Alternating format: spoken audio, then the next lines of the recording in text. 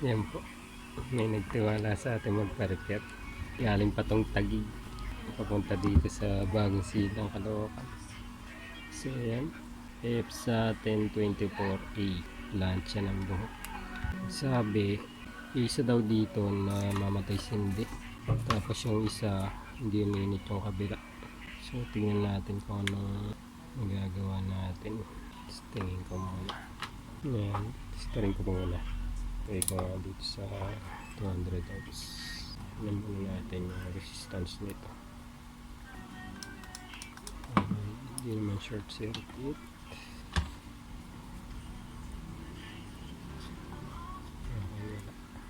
So try natin saksak. Safe siya saksak.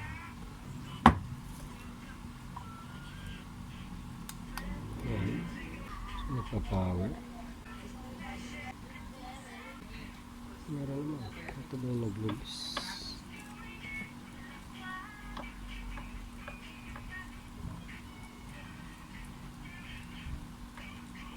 Ayun. Ito yung nag-lose. Ito yung try natin.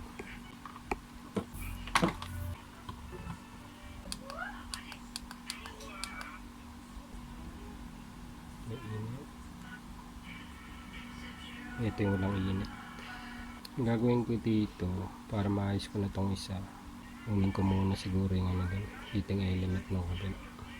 Mamatay yung power niya.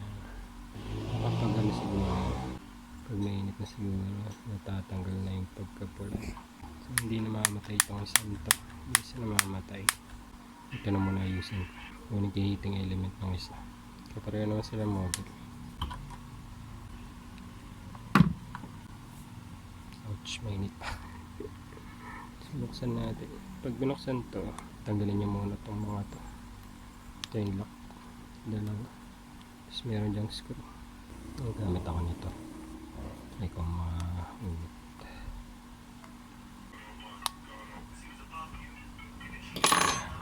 Ito mas manipis.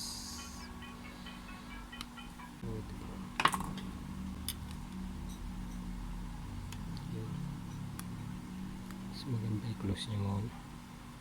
Dalawa yan. Yan.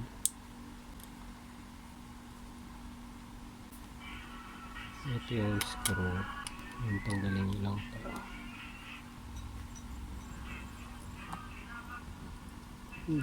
Aglag.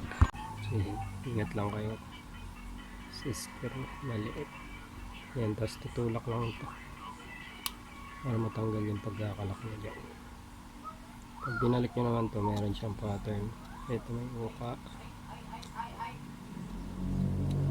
Yan. So may ano niya. So yan siya. Tapos merong spring dito. Pag binalik nyo siya, kailangan nyo yan balik din. Tanggalin ko na ito. Tapos natin ito. Oops. So yan. Tapos pwede na itong daawat. Yan. So yan. Ito naman. Dito yung hindi nag-iinit. Ito yung part na nag-iinit. Ito yung hindi. So tanggal saksak.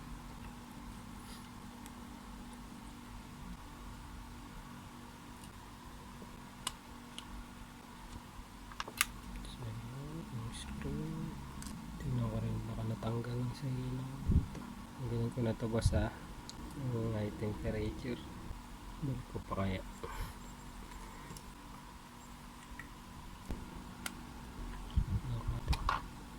Jadi same model pero iba yung circuit. So ayos naman hinang dito. Lang ko nga para makita nyo. Dito ko lang yung plastic.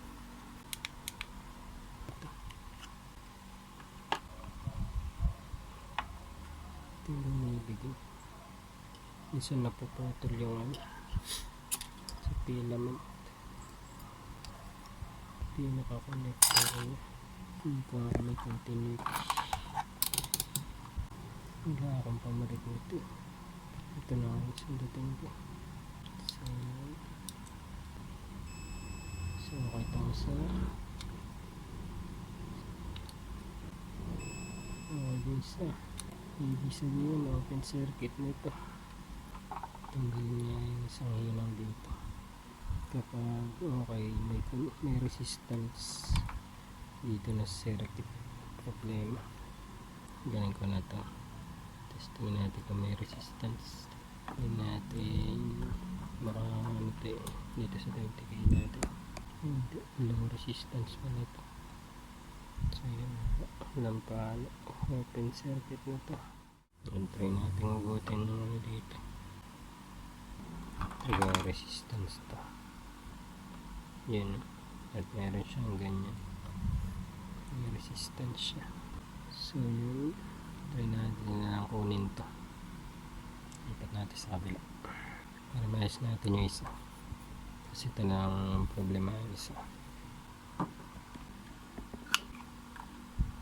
Pero yun naman, so hindi ko na lang tanggalin yung ano, ito na pinaka ano. So kabit natin ito dito.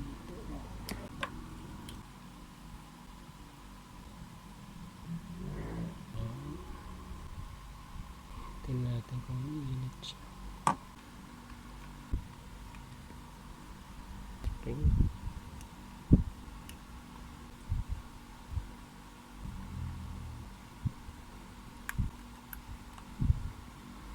So, testing natin kung init.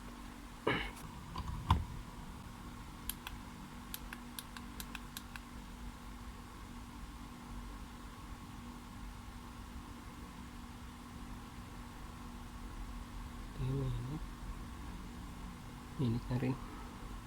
So isa to isa. So patay na natin. Isa na isa. Ito lang isa. Problema natin. So itong cordon na to.